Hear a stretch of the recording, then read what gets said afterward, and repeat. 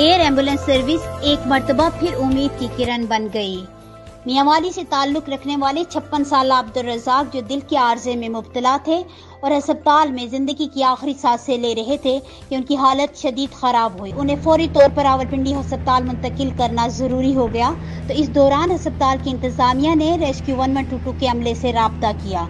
वज़ीर आला पंजाब मरियम नवाज साहिबा की हदायत पर फौरी तौर पर एयर एम्बुलेंस सर्विस की फराहमी को यकीनी बनाया गया और तरबियत याफ्ता डॉक्टर के ज़ेरे निगरानी रावलपिंडी पहुंचाया गया, जहां से रेस्क्यू की एम्बुलेंस से उनको अस्पताल पहुंचा दिया गया।